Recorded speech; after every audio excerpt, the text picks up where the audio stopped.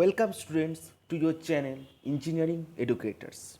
Engineering in an engineered way. I am Indranil and today I am going to discuss about West Bengal Public Service Commission Assistant Engineer Civil previous year's question and detailed solution.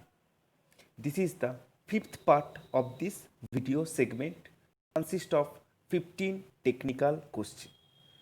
Before starting my video, I would like to request all of you, please subscribe my channel and do share and give your valuable feedback in the comment section. তাহলে চলো দেরি না করে শুরু করা যাক. In the first question says that for transfer of load from one slab to another at any joint of a rigid pavement, the bar used is called.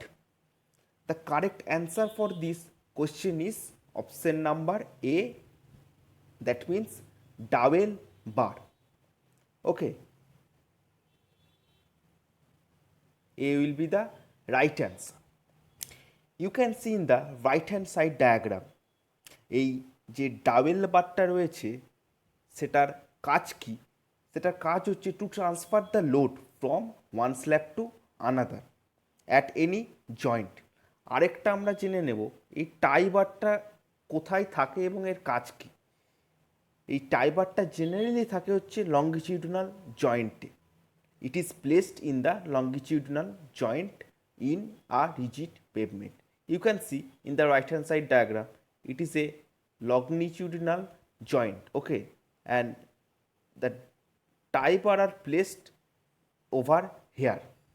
আর এই টাই বারের কাজ কি, নেক্সট টু স্ল্যাব যেটা রয়েছে সেটাকে ধরে রাখাই হচ্ছে টাই বারের কাজ. চলে যাচ্ছি নেক্সট প্রশ্ন. 3E important in road safety are. 3 is important in road safety, that is education, engineering and enforcement. So the correct option will be option number C, education, engineering and enforcement. চলে যাচ্ছি next প্রশ্নে. The deformation of a spring produced by unit load. So the correct option for this question will be option number B, deformation of a spring produced by unit load.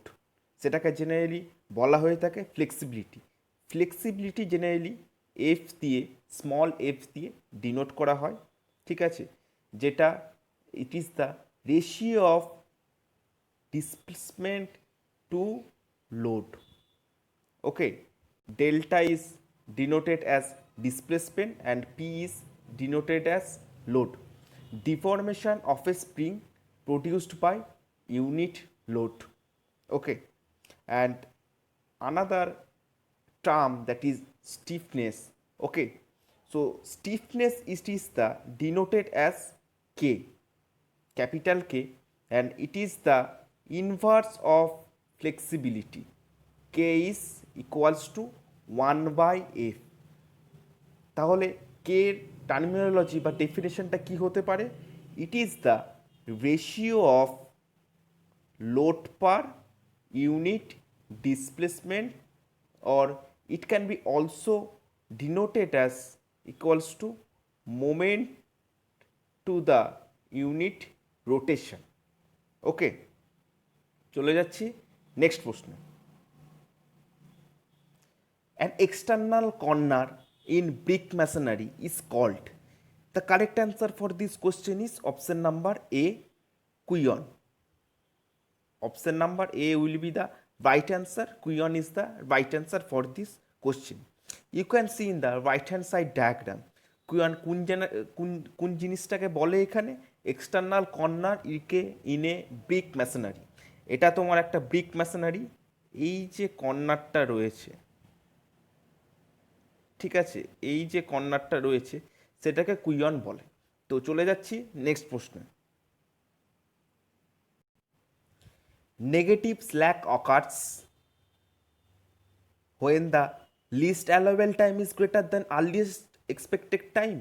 B, when events stick to their schedule, when deficiency of resource exists, বা none of the above. The correct answer for this question is option number A. That is when latest allowable time is greater than earliest expected time.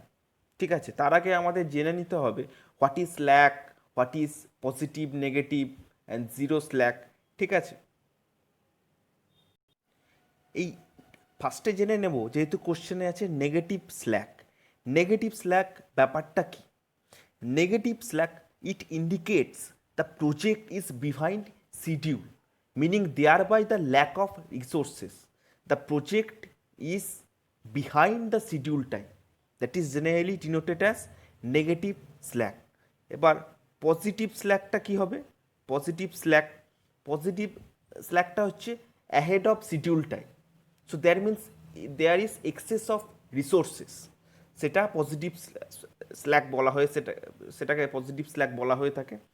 And zero slack is the, it indicates that the project is going on schedule, meaning there by adequate resources. Okay, so negative স্ল্যাকটা কি? Project is behind the schedule time. Zero স্ল্যাকটা কি? There is no behind or aheadness of that particular project. And positive স্ল্যাকটা কি? Positive স্ল্যাকটা হচ্ছে project is ahead of schedule time. ওকে, চলে যাচ্ছি নেক্সট প্রশ্ন।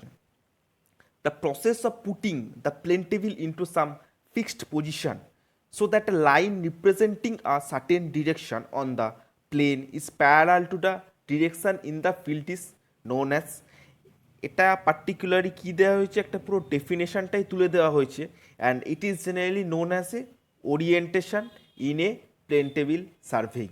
চলে যাচ্ছি নেক্সট প্রশ্ন। The inflection point on the recession side of the hydrograph indicates the end of. The correct answer for this question is option number C, overland flow. The point of inflection on the falling side of hydrograph is commonly assumed to indicate the time at which the overland flow or surface flow stops. Look at into this line. Rising limb আর recession limb ব্যাপারটা কি? ঠিক আছে, এই particular পোর্শনটাকে বলা হয় recession side, আর এইটাকে বলা হয় rising side. Okay, of a hydrograph. Next প্রশ্নটা কি? নেক্সট প্রশ্নে চলে যাচ্ছি। The next question is bacteria which consume organic matter as a source of carbon and energy are known as. The correct answer for this question is option number C. Option number C will be the right answer. Chemoheterotrophs or chemoheterotrophic bacteria which consume organic matter as a source of carbon and energy. চলে যাচ্ছি next প্রশ্ন।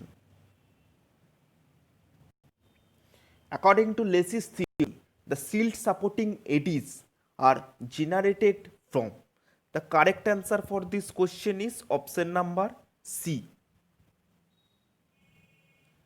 Option number C is the correct answer, which is bottom as well as sides of the channel. Lacey's theory আরেকটা কি কেনেডিস theory. ঠিক আছে, এই দুটো theory তোমরা ভালো করে পড়ে নেবে। এবার according to Kennedy's theory, silt supporting eddies are generally generated from bottom of the channel will B.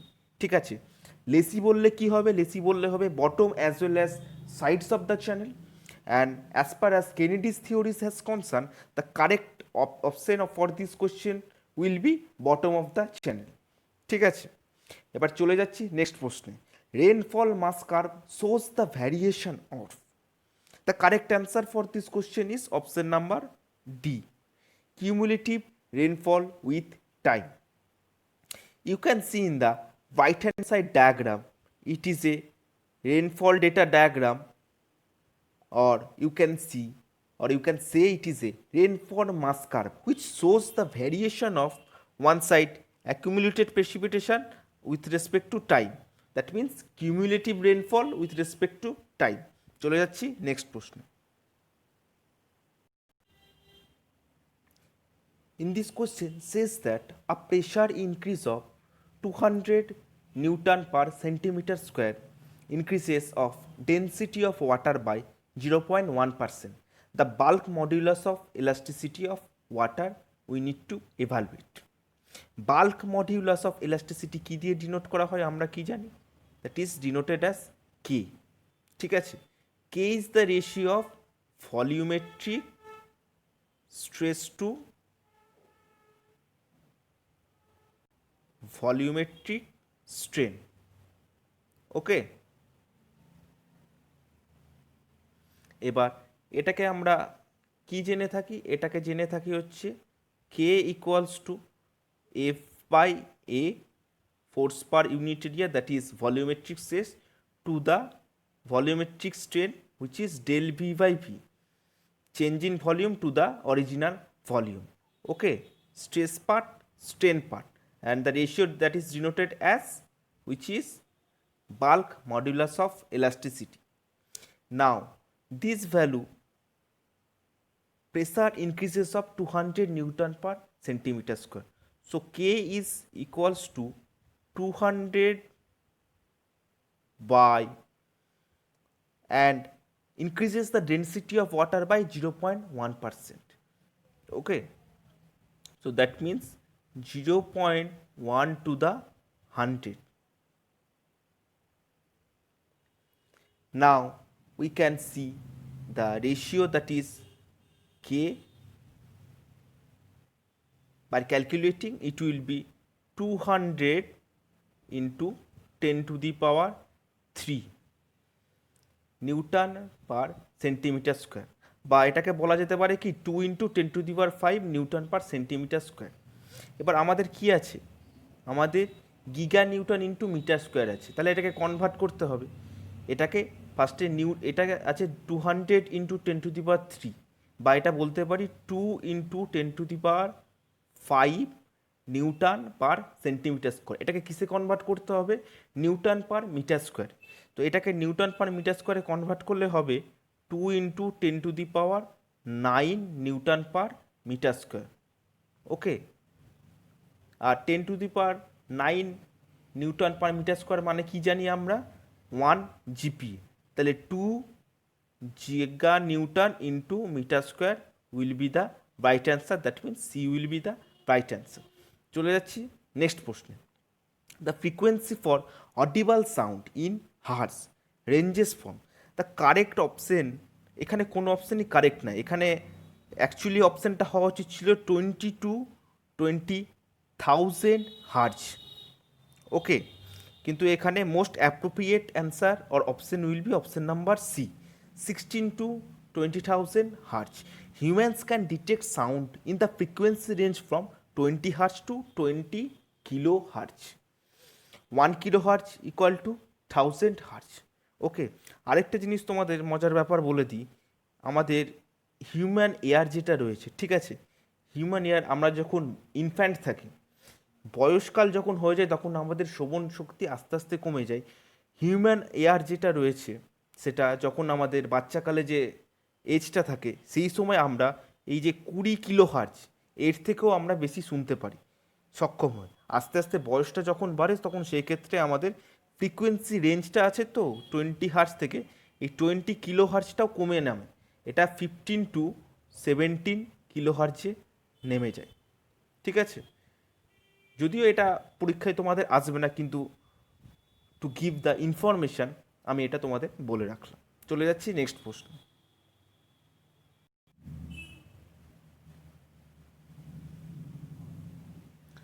The survey in which the curvature of earth is ignored is called as, কোথায় survey, কোন সার্ভেতে curvature of আর্থটা ignore করা হয়? That is generally we know as plane survey. আর geodetic সার্ভেতে কি? Geodetic সার্ভেতে curvature of earth generally taken into consideration. প্রশ্নটা সবসময় ভালো করে পড়বে, where the curvature of earth is ignored, where the curvature of earth is taken into consideration. যখন কনসিডার করা হয় তখন জিওডেটিক সার্ভে, যখন করা হয় না তখন প্লেন সার্ভে। চলে যাচ্ছি নেক্সট প্রশ্নে। নেক্সট প্রশ্ন says that the mean velocity flow of air in a ventilating duct of 1 metre diameter, diameter দিয়ে দিয়েছে 1 metre, is 33 metre per second. Mean velocity হচ্ছে 33 metre per second, maximum velocity 20 metre per second, corresponding Reynolds number is assume kinematic viscosity for air is 0.165। তাহলে এই particular প্রবলেমে কি আছে আমাদের given data, আমাদের ডি দেওয়া আছে, দ্যাট ইজ ডায়ামিটার কত 1 মিটার।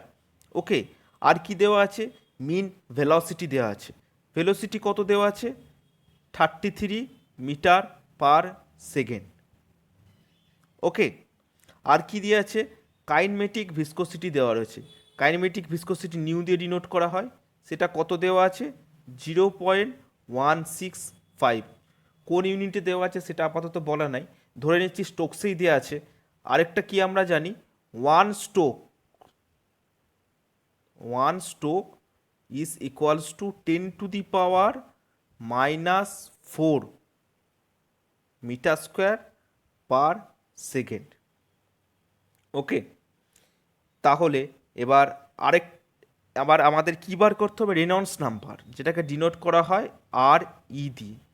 কি জানি, rho V D to mu. ঠিক আছে, এখানে কি ডাইনামিক ভিসকোসিটি মিউ, কিন্তু আমাদের কি দেওয়া হয়েছে কাইনেমেটিক ভিসকোসিটি। এবার কাইনেমেটিক ভিসকোসিটি ব্যাপারটা কি জানি, কাইনেমেটিক ভিসকোসিটি ডিনোট করা হয় নিউ দিয়ে, it is the ratio of dynamic viscosity to the mass density. ঠিক আছে, তাহলে এই ডাইনামিক ভিসকোসিটিটা পেয়ে যাব এই কাইনেমেটিক ভিসকোসিটির সাথে মাস ডেন্সিটিটাকে গুণ করে দিলে। ওকে, এখানে মাস ডেন্সিটি ধরলাম হচ্ছে 1 for assuming as a air. তো তাহলে ফর্মুলাটা কি দাঁড়িয়ে যাবে, আরই বার করার ফর্মুলাটা দাঁড়িয়ে যাবে V into D two new, that is kinematic viscosity. এবার এই যে ভ্যালুগুলো আমাদের কাছে রয়েছে সেটা বসিয়ে দিই, 33 into which is diameter 1 to the 0.165, ধরে নিচ্ছি স্টোকসে আছে, সেটাকে মিটারে কনভার্ট করতে হবে, ইন্টু 10⁻⁻⁴। ঠিক আছে, কারণ আগেই বললাম 1 stoke is equals to 10⁻⁻⁴ metre square per second. এইটা ক্যালকুলেট করলে কত আসবে আমাদের, এটা ক্যালকুলেট করলে আসবে option number B 2 into 10⁶, the Reynolds number is. ঠিক আছে, চলে যাচ্ছি নেক্সট এবং লাস্ট প্রশ্ন। Which of the following bends will cause maximum head loss? The correct answer for this question will be option number D. U-bend will cause the maximum head loss. ওকে, আজকের ভিডিওটা এই পর্যন্তই থাক।